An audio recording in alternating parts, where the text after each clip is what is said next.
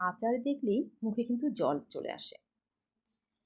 আর এটার টেস্ট যতক্ষণ পর্যন্ত না নেওয়া হয় ততক্ষণ পর্যন্ত মানুষের মুখে কিন্তু পানিটা থেকেই যায়।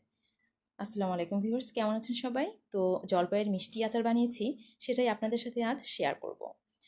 তো এখানে আমি জলপাই প্রথমেই সিদ্ধ করে নিয়েছি, পানিটা ঝরিয়ে ভালো করে ম্যাশ করে নিলাম। এরপর আচারটা বানানোর জন্য একটা কড়াই বসিয়ে দিয়েছি, আর সাথে 1 কাপ পরিমাণ হবে সরিষার তেল দিয়েছি। আর রসুন বেশ কিছু ছোট রসুন দিয়েছি আমি, আপনাদের ইচ্ছে হলে বড় রসুনটাও দিতে পারেন।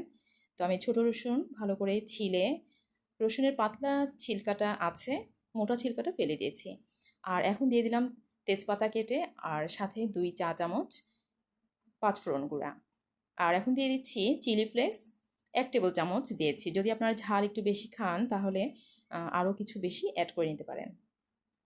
ভালো করে তেলের সাথে এই মশলাগুলো মিক্স করে নিলাম। এরপর যখন ফেনা উঠে যাবে তখন লবণ কিছু দিয়ে দিচ্ছি। লবণ কিছু কম পরিমাণে দিব, কেননা জলপাই সিদ্ধ হওয়ার পরে অনেকটাই কমে যাবে, সেজন্য লবণটা কম পরিমাণে দিলেই ভালো, পরে লবণ আবার অ্যাড করা যায়। তো এই যে আমি ম্যাশ করা জলপাইগুলো দিয়ে দিচ্ছি। যদি কারো ইচ্ছা হয় আস্তে আস্তে খাবেন তাহলে কিন্তু জলপাই ম্যাশ না করলেও চলবে, জলপাইগুলোকে আস্ত রেখে দিতে পারেন।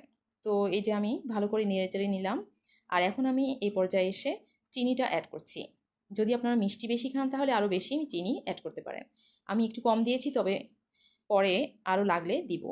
তো এখানে আমি আধা কাপ চিনি দিয়েছি, এখন একটু টেস্ট করে দেখলাম, তো লবণ একটু কম হয়েছে, এখন আবার একটু লবণটা দিয়ে দিচ্ছি, আরও 1 চা চামচ লবণ দিয়ে দিচ্ছি। তো আলহামদুলিল্লাহ আমার আচারটা বানানো হয়ে গেছে। খুবই শর্টকাটে আপনাদের সাথে উপস্থাপন করলাম, বেশি লম্বা করলাম না ভিডিওটা, কেননা আচার বানাতে তো একটু বেশি সময় লাগেই।